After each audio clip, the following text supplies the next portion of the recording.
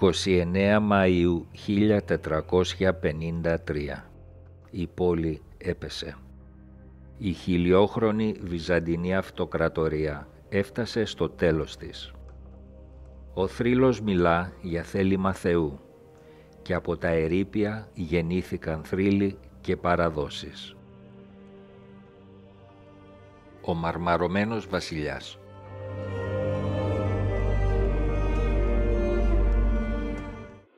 Όταν η πόλη κατακτήθηκε από τους Τούρκους, ο λαός δεν μπορούσε να πιστέψει ότι η Αγία Σοφία πέρασε σε αυτούς.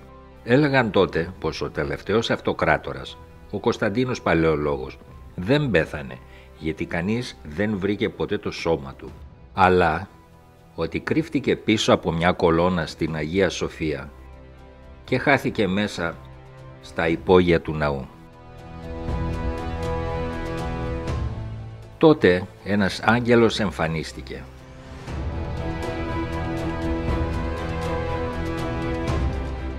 Τον έκρυψε και τον μαρμάρωσε για να τον προστατέψει.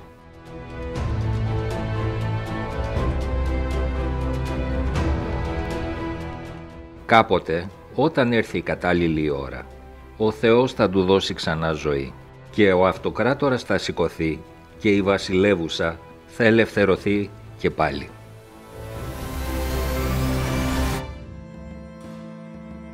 Το ποτάμι που σταμάτησε να κυλάει.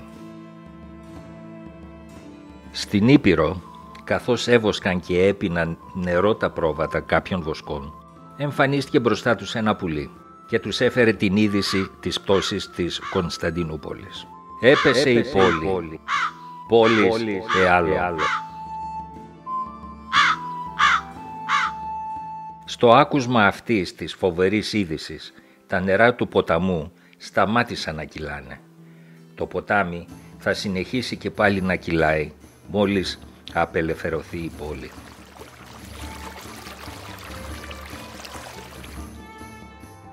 Τα μισοτιγανισμένα ψάρια. Ένας καλόγυρος είχε πιάσει ψάρια από ένα ποτάμι και τα τηγάνιζε στην όχθη. Ξαφνικά άκουσε ένα πουλί να λέει πως η Κωνσταντινούπολη έπεσε στα χέρια των Τούρκων. Ο καλόγερος ταράχτηκε πολύ. Τότε τα μισοτηγανισμένα ψάρια πήδηξαν από το τηγάνι και γύρισαν ζωντανά στο ποτάμι. Ο θρύλος λέει πως αυτά τα ψάρια θα μείνουν ζωντανά στο ποτάμι μέχρι να ελευθερωθεί ξανά η Κωνσταντινούπολη.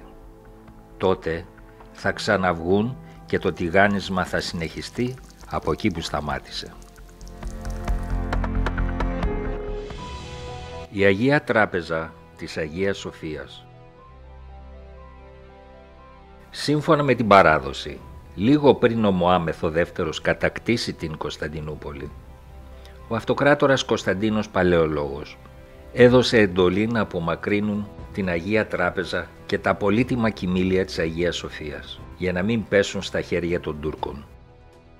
Έτσι, 3 ενετικά καράβια έφυγαν από την πόλη, φορτωμένα με αυτά τα ιερά κοιμήλια. Όμως, σύμφωνα με το θρύλο, το τρίτο καράβι που μετέφερε την Αγία Τράπεζα βυθίστηκε στα νερά του Βοσπόρου, στην περιοχή του Μαρμαρά.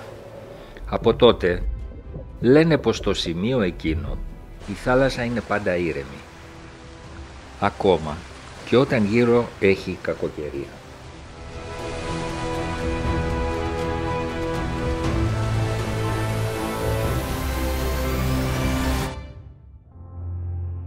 Οι κριτικοί πολεμιστές.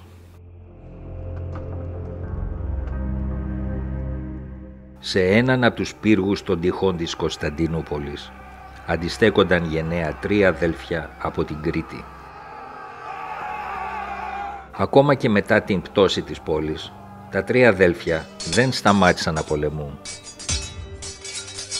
Παρότι οι Τούρκοι προσπάθησαν, δεν κατάφεραν να πάρουν τον πύργο τους. Όταν το έμαθε ο Σουλτάνος, Εντυπωσιάστηκε από το θάρρος και την ανδρεία των 3 κριτικών. Γι' αυτό αποφάσισε να τους κάνει μια πρόταση. Να φύγουν ελεύθεροι και με ασφάλεια, παίρνοντας ένα καράβι και να επιστρέψουν στην Κρήτη. Τα αδέλφια δέχτηκαν την πρόταση του Σουλτάνου, με την σκέψη ότι έπρεπε να μείνουν ζωντανοί για να πολεμήσουν και να ξαναπάρουν τη βασιλεύουσα πίσω. Έτσι μπήκαν στο καράβι και ξεκίνησαν για το νησί τους.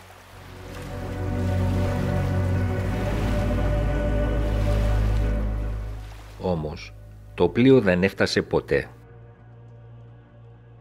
Ο θρύλος λέει ότι οι κριτικοί ταξιδεύουν ακόμα μες στο πέλαγος και το καράβι τους θα επιστρέψει φέρνοντας τους γενναίους πολεμιστές πίσω στην πόλη για να ολοκληρώσουν την αποστολή τους.